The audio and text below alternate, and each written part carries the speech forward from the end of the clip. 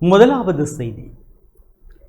திருவிழாக்களின் போது அதீத தீவிரம் கொண்ட மின் விளக்குகள் மற்றும் வான வேடிக்கைகளை பயன்படுத்துவதை கட்டுப்படுத்துவதற்காக வடக்கு மாகாண உள்ளூராட்சி மன்றங்களினூடாக உடனடியாக நியமன துணை விதிகளை உருவாக்க தீர்மானிக்கப்பட்டுள்ளது. பண்டத்தரிப்பு பிரான்பற்று பகுதியில் கடந்த 20ஆம் தேதி நடைபெற்ற முருகன் கோவில் திருவிழாவின் போது ஏற்பட்ட பாரிய கண் பாதிப்பு திருவிழாக்களின் பாதுகாப்பு தொடர்பில் கடுமையான கேள்விகளை எழுப்பியுள்ளது. அதீத ஒளி கொண்ட மின் விளக்குகள் மற்றும் வான வேடிக்கைகளின் தாக்கத்தால் 500க்கும் மேற்பட்டவர்கள் கண் பாதிப்புக்குள்ளானதாக தெரிவிக்கப்பட்டுள்ளது. பாதிக்கப்பட்டவர்களில் சுமார் 400 பேர் யாழ்ப்பாணம் போதனா மருத்துவமனையிலும் மேலும் சுமார் 100 பேர் தனியார் மருத்துவமனைகளிலும் சிகிச்சை பெற்றுள்ளனர். யாழ்ப்பாணம் போதனா மருத்துவமனையில் அனுமதிக்கப்பட்ட சுமார் 386 பேரில் 114 பேர் 2 முதல் 12 வயதுக்குட்பட்ட சிறுவர்கள் என்பது இந்த சம்பவத்தின் தீவிரத்தை மேலும் வெளிப்படுத்துகின்றது. கண்வலி, கண் சிவத்தல், அதீதமாக கண்ணீர் வடிதல், ஒளியை தாங்க முடியாமை மற்றும் கண்களை திறக்க முடியாத நிலை போன்ற அறிகுறிகள் பாதிக்கப்பட்டவர்களிடம் பதிவாகியுள்ளன. இலங்கையில் அதிக தீவிர ஒளியால் இவ்வளவு பெருமளவிலானோர் கண் பாதிப்புக்குள்ளான சம்பவம் இதுவே முதன்முறை என கண் சத்திர சிகிச்சை நிபுணர் மருத்துவர் மானா மெலரவன் தெரிவித்திருக்கின்றார். திருவிழாவில் பயன்படுத்தப்பட்டவை அதிக தீவிரம் கொண்ட மின் வெளியேற்ற விளக்குகளாக இருக்கலாம் என்றும் அவற்றிலிருந்து புற ஊதா கதிர்வீச்சு வெளிப்பட்டிருக்கக்கூடும் என்றும் மருத்துவ அறிக்கை சுட்டிக்காட்டியுள்ளது.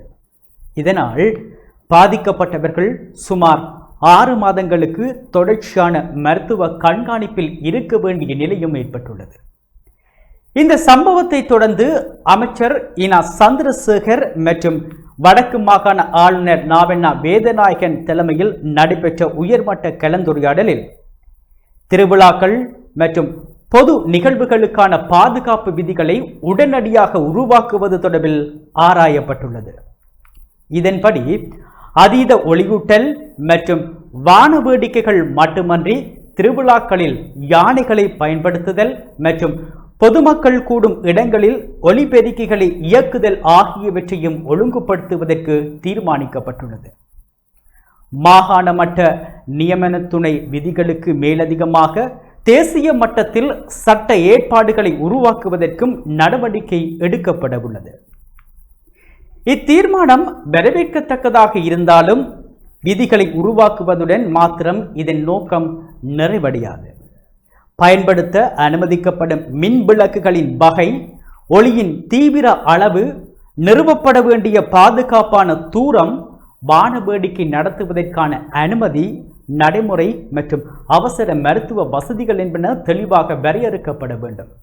அத்துடன் ஒவ்வொரு திருவிழாவுக்கும் முன்னதாக மின்சார பாதுகாப்பு மற்றும் பொது சுகாதார அதிகாரிகளின் ஆய்வை கட்டாயமாக்குவதுடன் விதிகளை மீறுவோருக்கு அபராதம், அனுமதி ரத்து மற்றும் சட்ட நடவடிக்கை போன்ற தண்டனைகளும் நடைமுறைப்படுத்தப்பட வேண்டும்.